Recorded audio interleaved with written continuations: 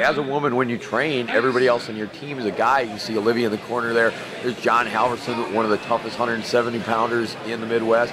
Right next to him is Josh Neer, the phenom, who is just double tough and double hard. And that's who she has to train with on a nightly basis. She's 120 pounds, and they knee her and punch her and, stand on top of her. And so, you either get quick or die. Which explains why there isn't very many women fighters in the sport, but the ones who are here are brutal tough.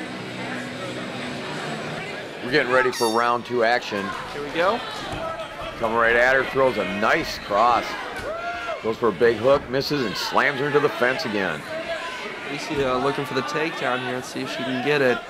Alicia staying with that game plan of keeping her up against the fence, keeping her backed off, hard driving, aggressive, always moving forward, and throws her down to the ground. We go, Alicia working from side here.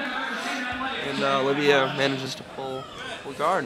Which should be pretty interesting. Olivia doesn't have a lot of submissions. She's pretty new to submission training.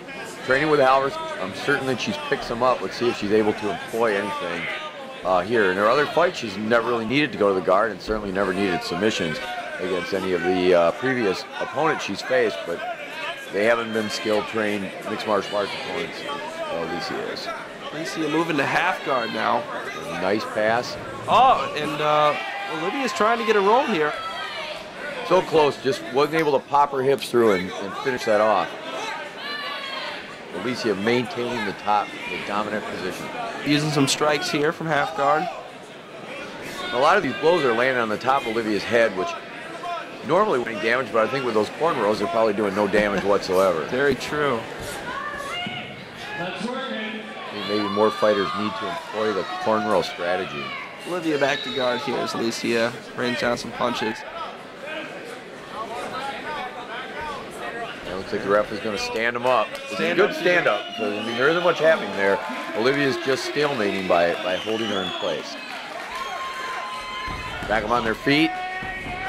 Well, she charged right into her and tried to suplex her without really having much control. Pulled her right down on top of her into the half guard.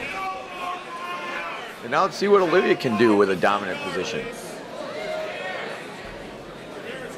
She's really holding her down tight. Full guard now, and looks like Alicia's trying to get Gonna her. pop her over.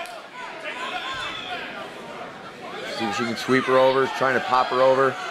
Just isn't able to get her hips into it the way you need to be able to put her on her back. These girls definitely throwing down extreme cage combat, the 9th fight of the evening. They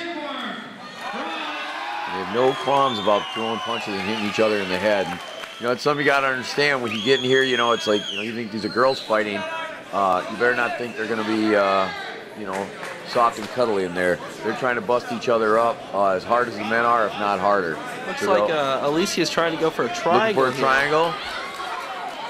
She's close, got scissored. She's going for an arm, but she's got the wrong arm again.